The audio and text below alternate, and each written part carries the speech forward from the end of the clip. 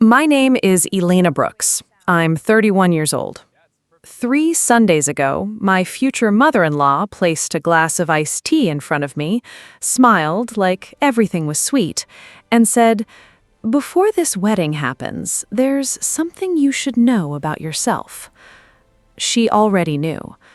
What she didn't know was that I had found out her secret first, and I didn't say a word.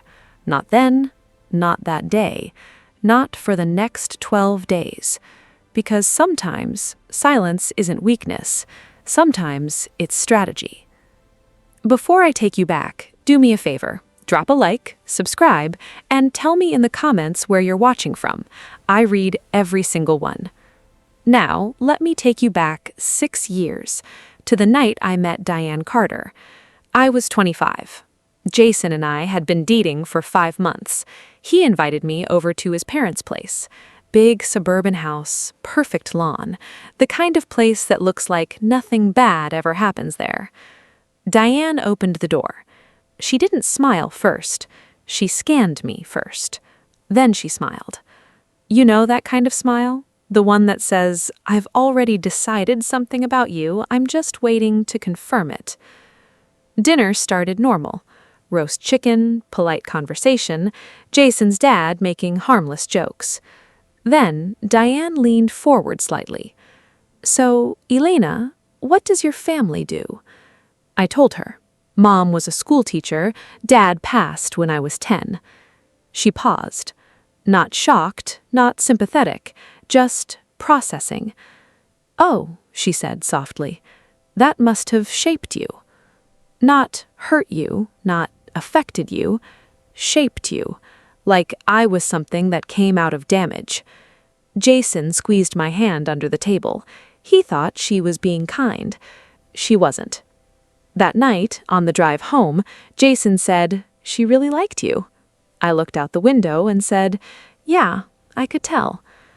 But here's what stuck with me. Diane didn't ask questions to know you. She asked questions to place you, like a file in a cabinet. And once you were placed, that was it. No moving. Jason and I got engaged 2 years later. He was a good man, solid, loyal, the kind of guy who fixes things without being asked. But Diane didn't fix things. She investigated them. After the engagement, things changed. Not fast, not loud, quiet, calculated. She started showing up unannounced, rearranging my kitchen, commenting on how I folded laundry, correcting how I seasoned food. Small things, but they stacked up, like tiny weights you don't notice until suddenly you can't breathe right. Then came the comments. At first, subtle. "Your features are very distinctive. You don't really look like where you said you're from. Genetics are fascinating, aren't they?" I laughed it off, at first. Then, one night, Jason showed her a childhood photo of me. He leaned closer, studied it. Too long. She said. That sound again. That same noted tone. Something clicked in her mind that night. I didn't know what yet, but I felt it. 6 months before our wedding, things escalated. It started with my blood test. I had gone for a routine checkup, nothing serious. A week later, Diane casually asked, "Did everything come back normal?" I froze. "How did you know I had tests done?" She smiled. "Oh, honey, I pay attention." That's when I knew. She wasn't just observing anymore. She was digging. And then it happened. One afternoon, I came home early from work. The house was quiet. Too quiet. I walked into the kitchen, and Diane was there, standing by the counter, with a small plastic bag in her hand. My hairbrush. She turned slowly. No guilt, no panic, just calm. "I was just cleaning up," she said. I didn't say anything, but inside, something locked into place. That night, I didn't cry. I didn't confront Jason. I didn't call her out. I opened my laptop, and I started searching. Because if Diane Carter thought she was the only one who could dig, she was about to be real disappointed. By the third night, I found it. Not about me, about her. And everything changed. See, people like Diane, they don't go looking for truth. They go looking for confirmation. And when they don't find it, they create it. But she made one mistake. She underestimated how far I was willing to go to protect myself. And what I uncovered wasn't just a secret. It was a bomb, one that had been ticking for over 30 years. And she had no idea. I was the one holding the trigger. I didn't sleep that night. Not because I was scared, because my brain wouldn't shut off. I kept replaying that moment in the kitchen, Diane standing there holding my hairbrush like it was hers to take, like I was hers to investigate. That was the night something shifted in me. I stopped reacting, and I started preparing. The next morning, I called in sick, not because I couldn't go to work, because I had work to do, real work. I sat at my kitchen table with coffee I didn't drink, laptop open, notebook beside me, and I wrote one question at the top of the page. What is she trying to prove? Because once you understand someone's goal, you understand their moves. Diane wasn't curious. She was building a case against me. But why? I started small. Social media, public records, old posts, tagged photos. Diane Carter didn't post much, but people around her did. Church events, charity dinners, family gatherings, perfect life, perfect image. Too perfect. And perfect always has cracks. You just gotta know where to look. By midday, I noticed something weird. There were almost no photos of Diane before the age of 28. Not a few, almost none. That's not normal. People keep memories, especially people like Diane, people who care about appearances. So I went deeper. Old directories, archived pages, alumni records, and that's when I hit something. A name. Not Diane Carter, Diane Mitchell. Same face, same eyes, different life. My stomach dropped. I leaned back in my chair and just stared at the screen. Why change your last name before marriage? Not after, before. That's not reinvention. That's erasing. I wrote it down. Then I kept going. It took me hours. Dead ends, broken links, old PDFs that barely loaded. But late that night, I found the first real crack. A record from a private clinic, 31 years ago, Hartford. Patient, Diane Mitchell, procedure sealed. But under notes, one line, infant relinquished. I felt it in my chest, like something heavy just dropped inside me. She had a child before Jason, before her perfect life, and she gave that child up. I sat there in silence, not judging, not yet, just understanding. Because that kind of decision, that kind of past, it doesn't disappear. It waits, and it shapes everything. Suddenly, her behavior made sense. The control, the obsession with origins, the need to verify. She wasn't just questioning me, she was running from herself. But I didn't stop there, because instinct told me there was more, and I was right. 2 days later, I found it. I was digging through genealogy forums, yeah, I went that deep, when I saw a familiar face. A man, mid-30s, sharp jaw, same eyes as Jason, same exact eyes. Name, Ryan Hale. Location, Seattle. Bio, adopted, looking for biological family. My heart started racing. No way. No way that's a coincidence. I clicked his profile. There it was, a post from 3 years ago, searching for birth mother, born in Connecticut, 1992. Everything went quiet around me. I didn't move, didn't blink, just stared and did the math. 31 years ago, Diane, Connecticut, adoption. This wasn't a theory anymore. This was real. Jason had a brother he didn't know existed. And Diane, she had buried that truth so deep, she started attacking anything that threatened to expose it, including me. That night, Jason came home late, tired, covered in dust from work. He kissed me, dropped his keys, and said, "Mom called. She wants everyone over Sunday.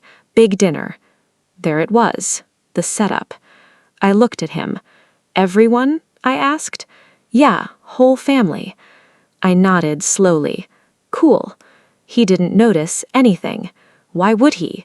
He trusted her. He always had. And that's when I realized something. If I told him now, he wouldn't believe me. Not fully. Not the way he needed to. Because people don't break lifelong beliefs overnight. They need to see it, feel it, experience it. So I didn't tell him. Not yet. Instead, I made a decision. I was going to let Diane do exactly what she was planning. Expose me, in front of everyone, with her evidence. Because what she didn't know was that her evidence would expose her instead. The next few days were the hardest, pretending everything was normal, cooking dinner, laughing at stupid TV shows, sitting next to Jason like my entire world wasn't about to flip. At night, I couldn't sleep. I'd lie there staring at the ceiling, thinking about that baby she gave up, thinking about Ryan, thinking about the version of Diane who made that choice, and then the version of her now, destroying someone else's life to protect her past. That's when the anger finally hit. Not loud, not explosive, cold, focused. The kind of anger that doesn't make you scream, it makes you precise. Saturday night, I got confirmation. I didn't reach out to Ryan. That wasn't my place, but I didn't need to. The evidence was already enough. Public records, dates, timelines, everything lined up perfectly. I printed everything, organized it, labeled it.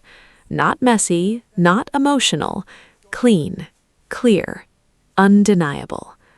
Sunday morning came fast, too fast. I got dressed slowly, simple outfit, nothing dramatic, no armor, just me. Because this wasn't about looking strong, it was about being unshakable. Jason drove, music playing low. He was relaxed, talking about random stuff, completely unaware. I watched him, and for a second I almost told him. Almost. But then I remembered Diane's smile, that look in her eyes, that certainty. And I knew this had to happen the way it was about to happen. We pulled into the driveway, cars already there. Of course, she made sure of that. Full audience, full impact. Classic Diane. As we walked to the door, Jason squeezed my hand. "You okay?" he asked. I smiled. "Yeah," I said. And for the first time all week, I meant it. Because I wasn't walking into a trap. I was walking into a reveal. Diane opened the door. Same smile, same eyes, same confidence. She hugged Jason, looked at me, brief, measured. "Glad you could make it," she said. "Oh," I replied calmly, "I wouldn't miss this." For a split second, something flickered in her expression, something small, but I caught it. Instinct recognizes instinct, and in that moment, she felt it. Not the truth, not yet, but something off, something she couldn't place. We stepped inside. The house felt the same, but it wasn't. because now I knew what was hidden behind the walls, behind the smiles, behind her. And sitting there, on the hallway table, like it had been waiting for its moment, was a sealed envelope. Dinner started like nothing was wrong. That's how people like Diane operate. They build storms and then sit calmly at the table like they didn't just load the sky with thunder. Jason's dad was talking about work. His cousin was laughing too loud. Plates clinked, glasses filled. Normal sounds. Fake normal. Because underneath it, everyone felt it. That tension, that something's about to go down energy. And Diane, she was in control. Or at least, she thought she was. I barely touched my food. Not because I was nervous, because I was focused, watching, timing. Across the table, Diane kept glancing at the hallway, at the envelope. Her envelope, her weapon. She had rehearsed this, I could tell. Her breathing was measured, her posture straight. She wasn't improvising, she was performing. 10 minutes passed, then 20, and finally, she stood up, set her napkin down, smoothed her blouse, and smiled. That same smile, the one that hides intention. "I think," she said lightly, "before dessert, there's something we should talk about." The room went quiet. Forks paused midair. Jason looked up. "Mom?" She walked calmly to the hallway, picked up the envelope, and brought it back to the table. Every eye followed it, like it was something alive. She placed it in front of Jason, then looked at me. Not angry, not emotional, certain. "I think you deserve to know the truth," she said. There it was, her moment, her stage. Jason frowned slightly. "What is this?" Diane placed both hands on the table. "I had a DNA test done." Silence. Heavy. Immediate. Jason blinked. "For who?" She didn't look at him. She looked at me. "For Elena." The word hit the table like a crack in glass. His dad shifted in his seat. "Diane, what are you doing?" She ignored him. "I just needed clarity," she continued, "because some things weren't adding up." Jason's voice dropped. "Mom, what are you implying?" Diane leaned forward slightly. "That maybe the person you're about to marry isn't who she says she is."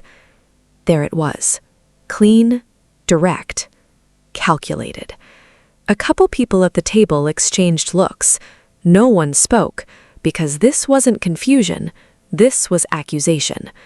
Jason looked at me, searching, not doubting, just trying to understand, and I held his gaze, calm, steady. "Open it," she said softly. Jason hesitated, then picked up the envelope, broke the seal, pulled out the pages. The sound of those pages?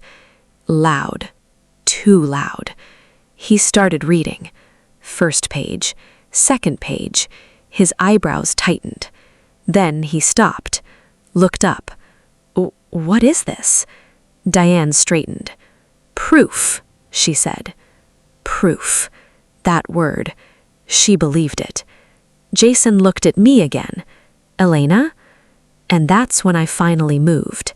I reached into my bag, slowly, no rush, no panic, and placed my own folder on the table, right next to hers. Neat, organized, heavy.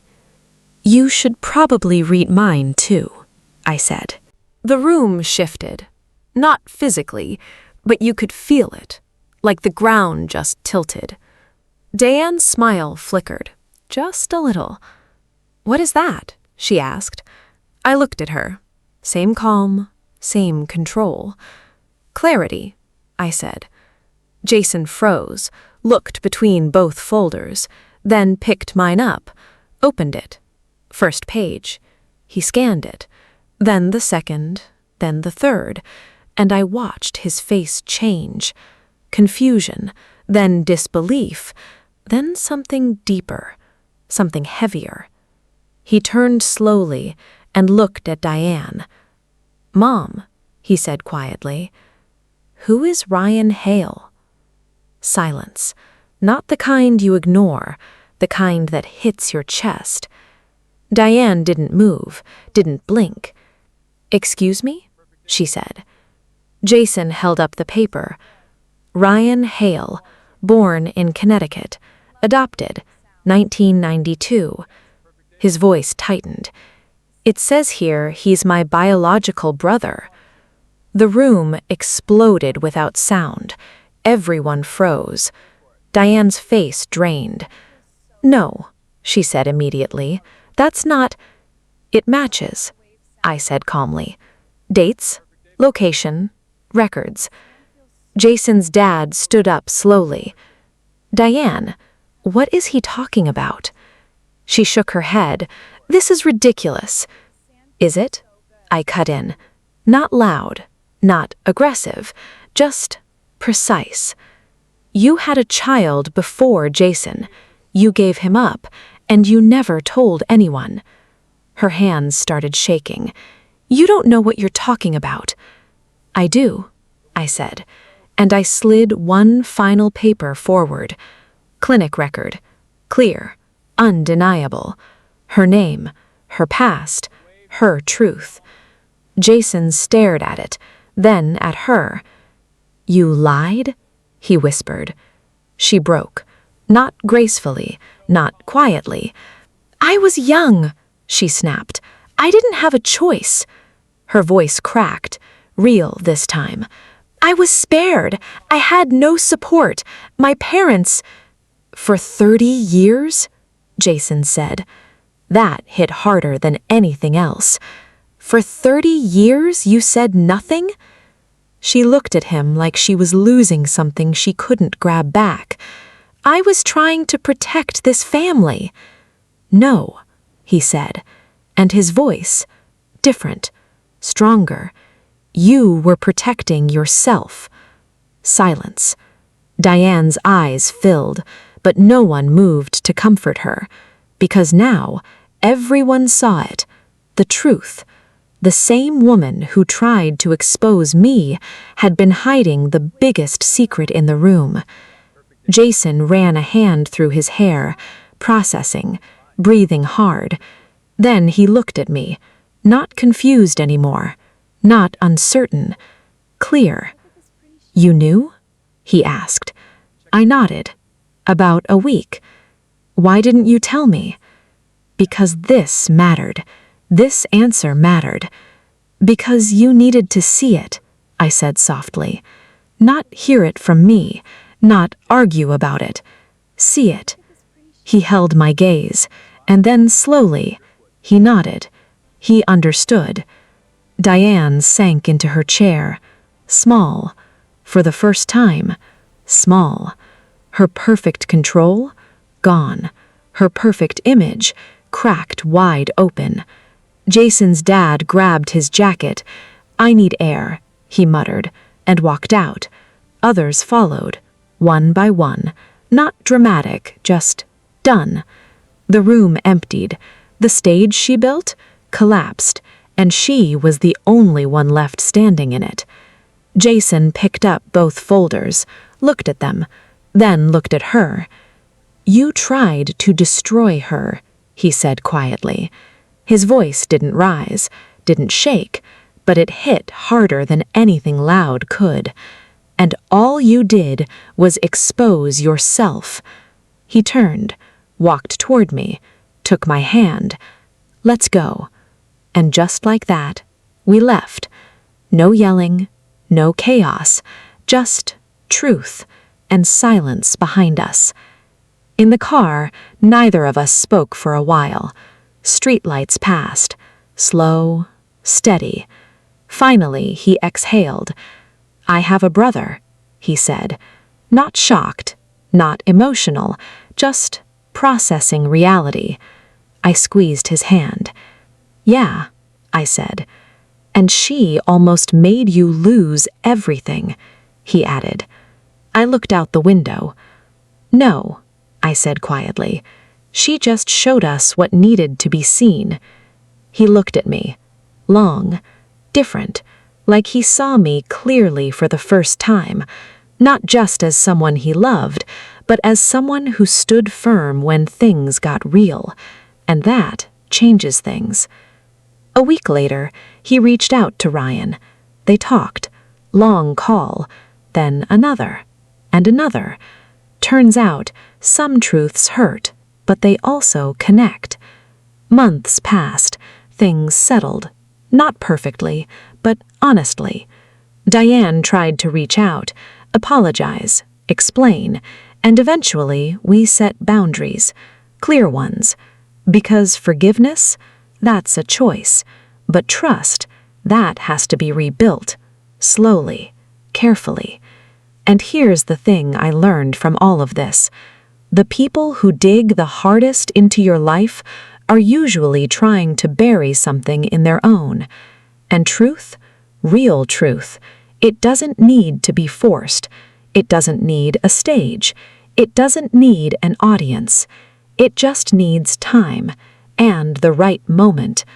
Because when it comes out, it doesn't just reveal others, it reveals everything. That's the story. If this hit you, if it made you feel something, drop a comment, hit like, and subscribe, and tell me, what would you have done? I'll see you in the next one.